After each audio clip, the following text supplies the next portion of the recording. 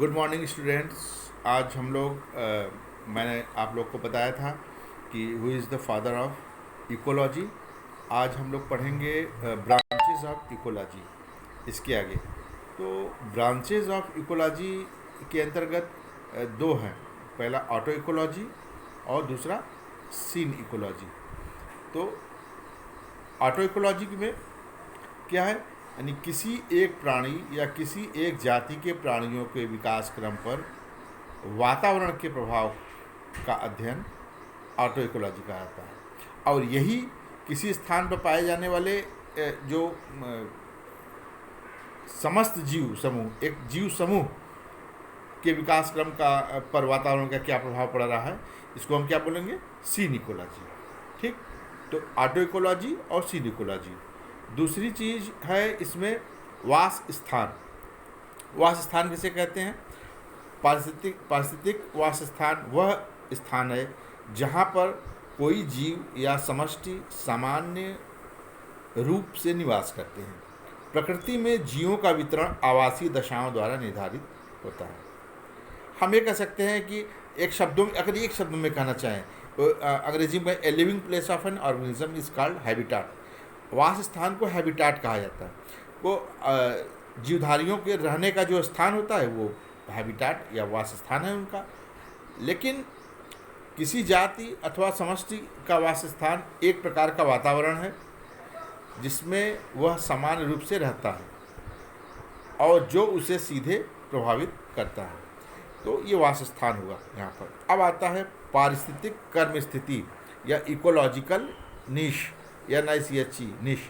तो इसको सबसे पहले जोसेफ ग्रिनिल ने इसको ये शब्द निश शब्द दिया था।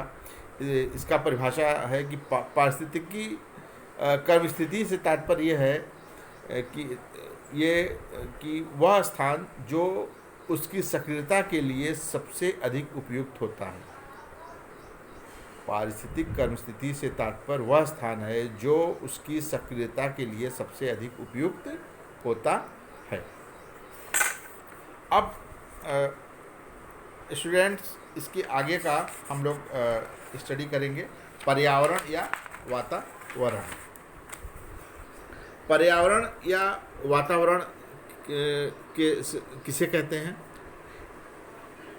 एक पौधे या उसके समुदाय के चारों ओर पाया जाने वाला वह सब जो पौधे या जंतुओं के जीवन पर प्रत्यक्ष अथवा अप्रत्यक्ष रूप से प्रभाव डालता है, उसे पर्यावरण या वातावरण कहा जाता है। ये पर्यावरण या वातावरण जैविक और भौतिक दोनों प्रकार का होता है। जैविक वातावरण क्या है?